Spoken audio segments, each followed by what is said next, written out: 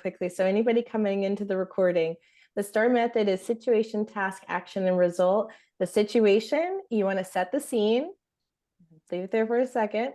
Then the task is next. And the task, you want to talk about what was involved with solving the problem. Okay, so you want to give specific examples of what was the core involvement. And then for action, you want to take time to explain what you did. So use a lot of I statements for this portion. And then for results, we want to talk about what happened. So you don't just want to leave it as, these are the actions that I took. I walked up the steps. Okay, so what happened after you walked up the steps? Like, what was the end result? So make sure that you are showing that too. No worries. I'm happy that we were able to go back through and run through that because I think it was helpful for everybody after doing that deep dive. And now I'm going to pass it over to Angelica, who's going to talk about resumes and then also how the STAR method can be applied to your resume. Thank you so much, Kiara. That was a really great review of the STAR method. And so I'm so happy to share how you all can implement this into your resume. So really, your resume is meant to land you the interview. And so after that, your interviewing skills and interactions with the employer will get you the job. So within the resume, you want to make sure that you have these 4 key components. Who in here can say that they have all of these 4 components on their resume?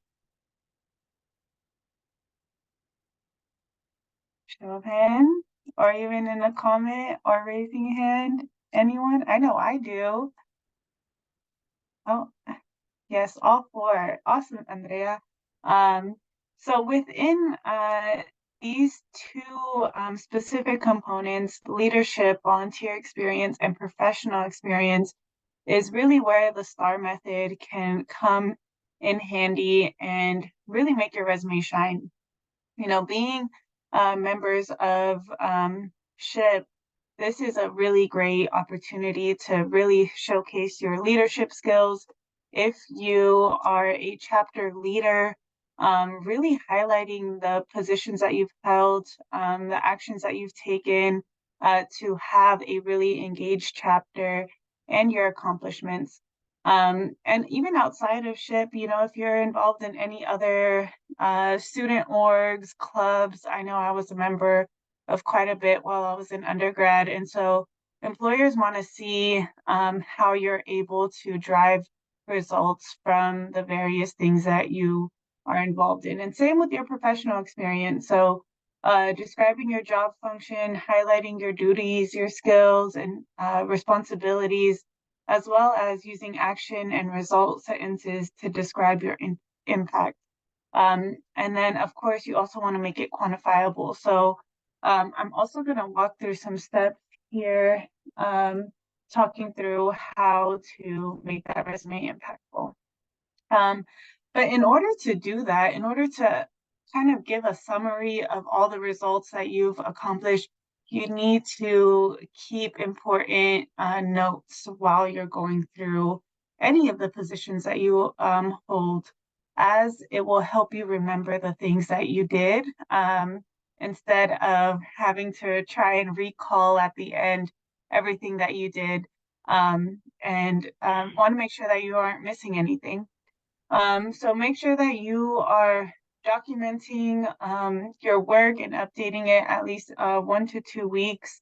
Add in any responsibilities, accomplishments, wins, new skills, or takeaways that you've had within that position. And then also include who you worked with. And then twice a year, just updating your resume and your LinkedIn, noting these new accomplishments. And I'm going to pause because I see we have, okay. Adele, I will, if you could please just send me an email as I see you have a question regarding your application. Awesome. And below is an example of what a resume using actions and results may look like. So you can see they have the organization listed, their specific title, inputting the team that they worked on, where they were working, and the timeline from when to when. And then you can see within these bullet points, they have built a project scope and objectives for a 6-month initiative in partnership with 5 key stakeholders from multiple teams. Measured project performance weekly using a specific tool, escalated an issue, and was able to problem solve effectively to get the project back on track. Lastly, they have presented final project to 50 to 60 associates. Project impact was like, what are some key things that you all see within these bullet points that were mentioned by Kiara earlier? And someone can come off mute and share. I feel like we're a small enough group where we could probably just ask a few people what they think, keep them on their toes a little bit.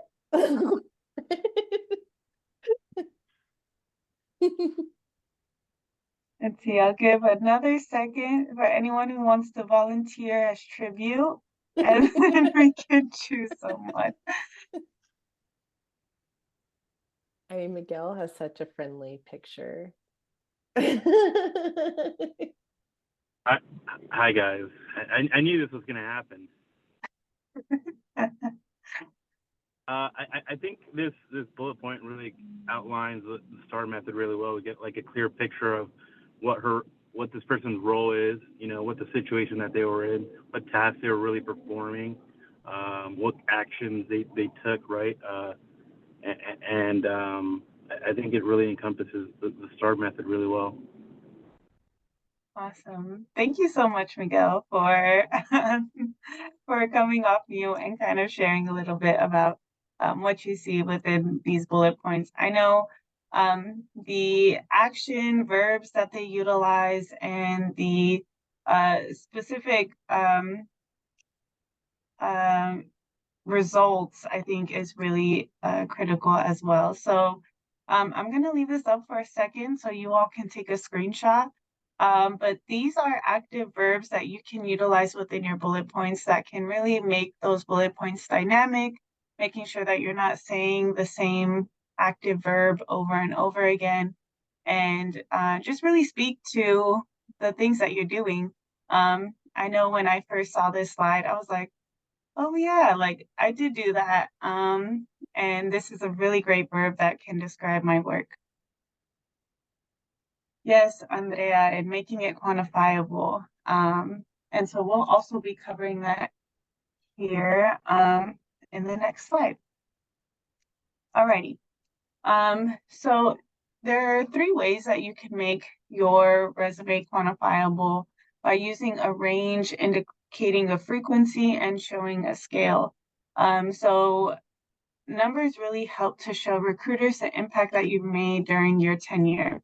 So if you don't know a specific number, utilizing a range can be really beneficial in giving the recruiter an estimate of kind of how many people you were working with. In this scenario, they had been supervising undergraduate researchers. We didn't know how many, but after taking our amazing presentation, they went ahead and added 7 to 12 undergraduate research students.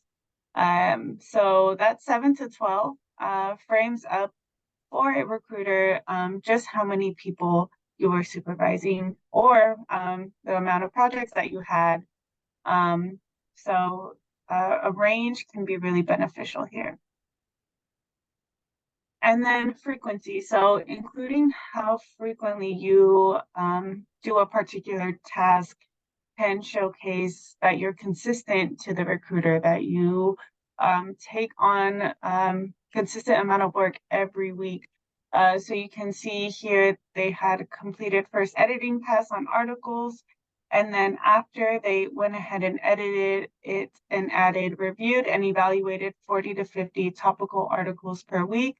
and made the decision to either pass articles to the editorial team or send articles back to authors for further revision. So that articles per week is that frequency that we're looking for. And then what I also love about this bullet point is that you can also see that they were in a decision-making role. So they, either had to pass them to the editorial team or send them back for further revisions. And if you're in a position where you are in a decision-making role, you really want to call that out as you are impacting the future decisions of the organization. And then lastly, indicating a scale, and that can just provide context and showcase areas for leadership. So you can see before they had responsible for chairing the student event promotional committee. And after they went ahead and edited it for chaired promotional committee of 12 and presented marketing plans to an audience of 40 to 60 students at weekly university senate meetings open to all 2,000 community members. So that 2,000 really showcases what their reach was within this particular role. Awesome. We're going to move on to maximizing your LinkedIn presence, and then we will open it up for Q&A. So if you have some questions that are brewing, I recommend just writing them down, and then we will go ahead and get to those after this section. So real quickly, how do you all currently leverage LinkedIn right now?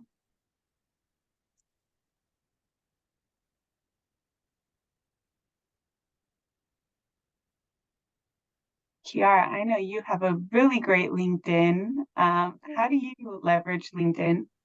It's so funny. I definitely had to update and change my LinkedIn over the years, but it's such a great tool to connect with other professionals. It's a great way for me to stay in touch with colleagues who maybe have moved into other roles or companies. I love the communities that exist inside of LinkedIn. It helps me to stay really up to date on the latest and greatest of things that are happening within recruiting, within my job space. Um, I also love really following companies sometimes too that I'm interested in. It might be companies I'm interested in working in, or just they're just doing interesting work, and I just want to be able to keep up with them. Richard Branson is definitely somebody I enjoy following on LinkedIn. Actually, he's always posting some interesting things. Awesome. I see there's some folks in the chat who also like to connect with professionals, and Adele specifically uses it to showcase their experiences and skills, which is a major key when you're trying to present yourself on a networking platform like LinkedIn. And then Roberto also just connecting with peers in their field and with recruiters that they're interested in. Yeah, so LinkedIn is a great place to build your brand, connect with individuals and companies, and learn more about your industry. There's 40 million college students and recent grads who are currently leveraging LinkedIn, and it's a great place to build that personal brand or your professional brand. I know within the diversity, equity, and inclusion work, there's just so many great people out there doing incredible work, and they really make it their brand through their LinkedIn posts, through the things that they share. And so I personally enjoy following folks that have the same passions as me when it comes to diversity recruiting. And so those interest groups help me to stay connected in terms of what is going on just across the country. And then, of course, just learning about what's happening in the industry is always important, as things are always changing.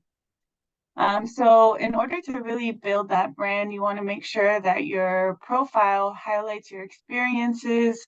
And so you want to make sure that you have a profile picture, as they state here that profiles with photos are 11 times more likely to be viewed.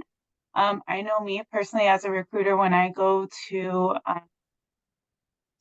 our career fairs, I'm a visual person, so if I meet with you at the booth and then I see your picture on there, it helps to create that connection.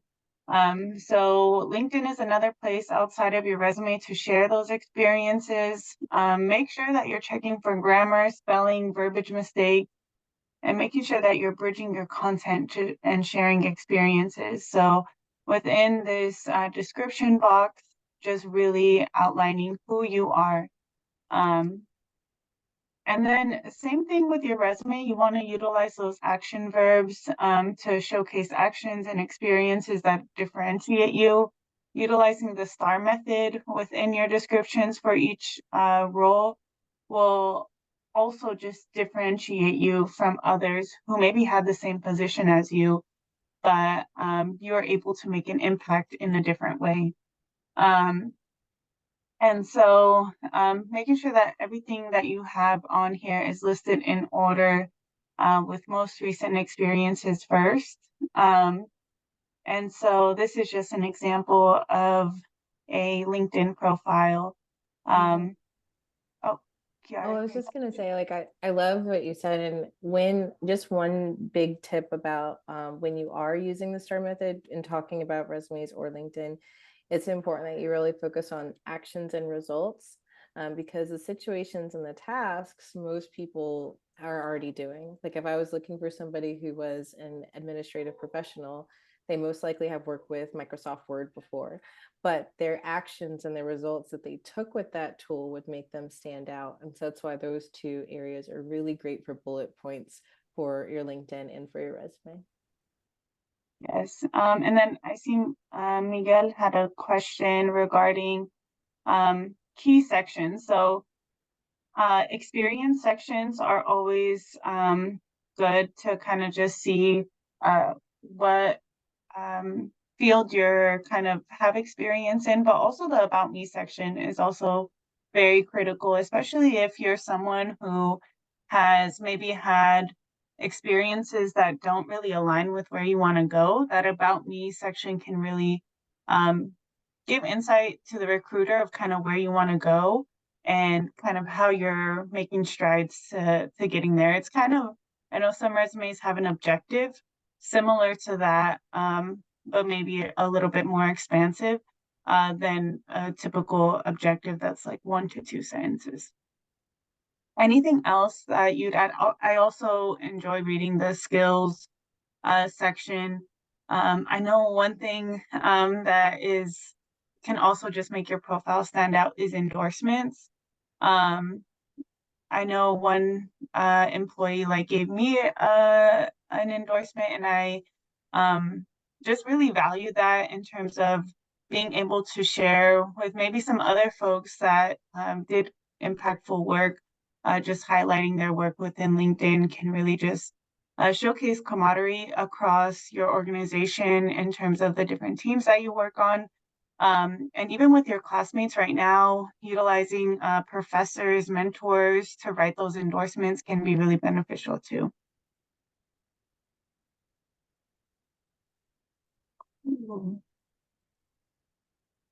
Well, that is the end of our presentation. I did leave my email in here for you all to contact me to answer any questions that you have specifically regarding your application. But I hope you all enjoyed this presentation with Kiara and I today. So we're going to go ahead and open it up for Q&A and see if anyone has any questions.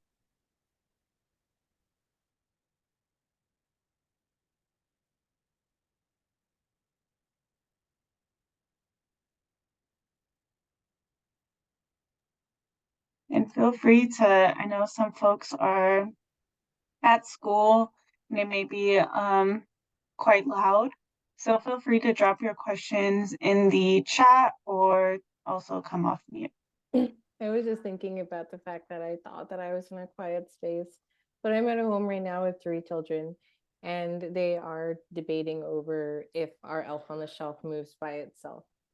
So you here's some heated debate in the background of my conversation. That is what's going on.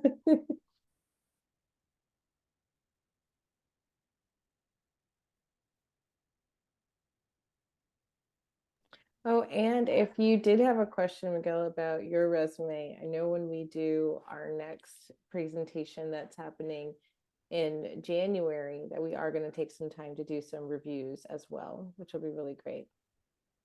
What would be more impressive in the eyes of a Capital One recruiter, a complex project or experience? I think it depends on what you're talking about, because if the project itself relates to the role that the person is looking at you for, then that would probably resonate more if the experience doesn't align. So it's really making sure that whatever whatever information you're utilizing does align to the actual position as much as possible. I know that some people have started to take their resumes and job descriptions and drop them into chatbots, like AI chatbots, and then ask them to create the best like descriptions for them. The one thing that I would just say is you always want to think very ethically about utilizing AI, and you also want to go through it and make sure that that information is accurate and that it is reflecting the position in the best possible way. It might inspire you to think of some areas that you haven't actually leveraged before or talked about, based on what it comes up with.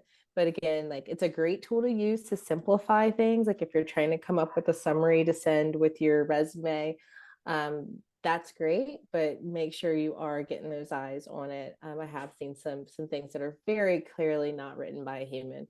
And so I want to encourage everyone to consider, if you do go that route, to think about it ethically. And I hope that that answers your question well, and happy to answer any other questions. Like, I've been in this role, well, in HR in several capacities for almost 20 years. And Helica is an amazing recruiter who understands both our space as well as just being able to support and help individuals.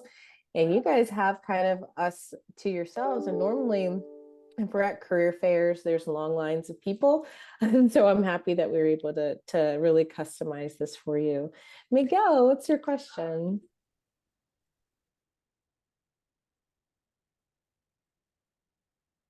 Hi, can you hear me okay? Yes.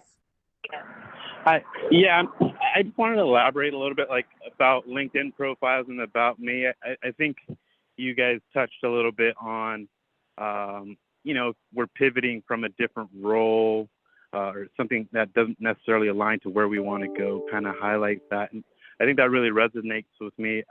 I worked 13 years in in the government section, went back to school, and I'm studying computer science now. And I'm having a difficult time figuring out how to stand out amongst my peers, and I feel like sometimes I get washed over as just that experience doesn't really play into any benefit for me. And I guess my biggest question about that is how much depth should we really put into the about me? And that's it. I would actually give two pieces of advice, because if you're changing careers, one of the things that you want is for your resume to focus on the skill sets that really align with that new career that you're looking for. So I believe it's called a functional resume, something that you might want to consider.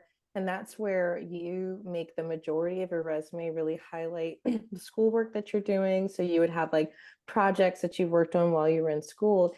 And at the bottom of your resume, you can put work experience and put the work that you've done.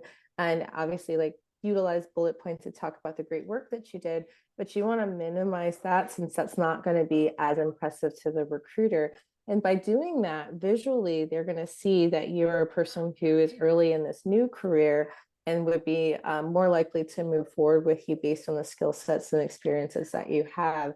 A traditional resume, as I'm sure you've already noticed, would have a lot of information in it that wouldn't necessarily be related to the position that you're interested in moving into.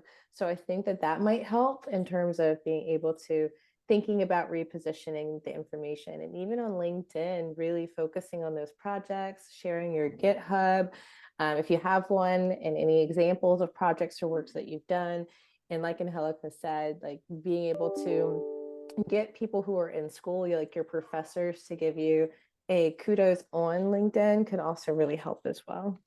Angelica, is there anything that you wanted to add about that too? Yeah, I actually got your LinkedIn request, Miguel. So I'm actually just looking at your about section now. And I see you do have, you're listing technology within the first sentence and computer science, which is good. And also talking about like your journey of transition, which I think is really helps to tell that story and the different languages that you're familiar with. So I think you're on the right track. I think it really is going to be building connections with recruiters and telling them that story, whether that be at career fairs or scheduling one-on-ones. So then they can just get to know you, and also if there are any positions that open, like I know here at Capital One, we have our Capital One Developer Academy, which is great for people who are transitioning into computer engineering and are kind of looking for that gateway into tech. And so that is a 6-month coding boot camp that we offer. And then after completing that boot camp, it actually is a funnel into our technology development program.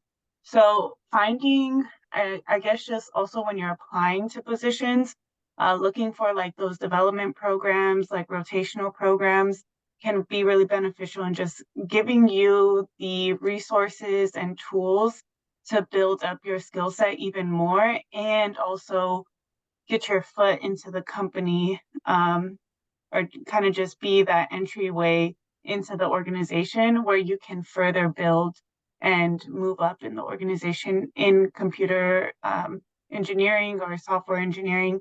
So that would be my advice. But let us know if you have any further questions too. No, that's actually very, very helpful. I really appreciate the answers. Thank you, guys. Of course.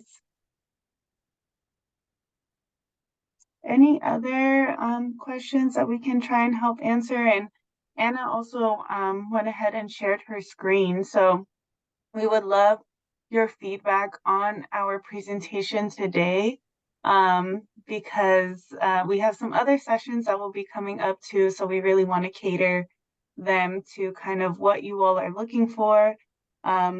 And our next session will be on December 11th. It's a lessons learned panel with leading Latinx engineers at Capital One. And then our last session will be in January. So that is where you can actually practice your pitch with us. And I see you came off mute, so not sure if you had anything else to add on that too. No, I do not. I want to thank Capital One, Chiara and Angelica for being here and presenting this wonderful program. For the participants that were able to come in and join us, thank you so very much. Please provide your feedback. Please do know that we look at this very carefully. We share it with the presenters so that we can improve and actually be able to, if we need to, tweak the presentation to the things that you are telling us that you need to know. Any other person has any other questions? Now's your chance. Please don't be shy.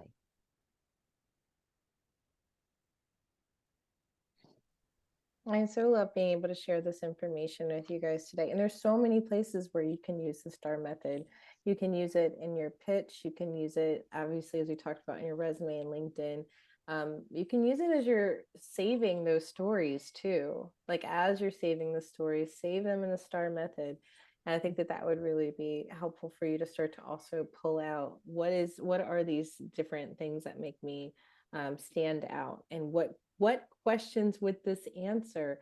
I think one of the cool things about the answer that I gave you all earlier today is it didn't just answer. It wasn't very straightforward of, yeah, there was this customer, they were difficult. I helped them find the tool that they were looking for, and then they were really happy.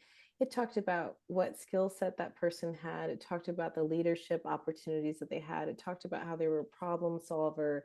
And once you do get your star stories down, you can leverage them throughout so many different interviews. And so once you have them, they can really help you to shine. And they tell that manager or that person so much more about you than if you were to have just a simplified answer. So I really hope that you guys are able to start to write these out for yourself and keep them. Like I said, I do have stories from when I first started my career, all 20 years ago, like the one I told you about the elevator pitch. That is a real story, and there are so many more that I have. So this is a great tool to leverage for the rest of your career, and I'm really happy we were able to help you to see the different ways that you could use it. Absolutely. Well, thank you again, Capital One. I look forward to the panel presentation on December 11th, which is next Monday. And then your presentation again to how to execute what you taught us today on January 8th. So again, thank you all. Thank you for the participants. And I hope to see you all on December 11th from 6 to 7 for another Capital One presentation. I'm gonna stop sharing my screen in case somebody else has a question in 5 minutes. So I'm gonna stop recording. So hold on for just a second. Thank you all for coming. It was so much fun sharing this information with you all. I hope that we planted some amazing seeds that you'll be able to grow great gardens of knowledge and experience with.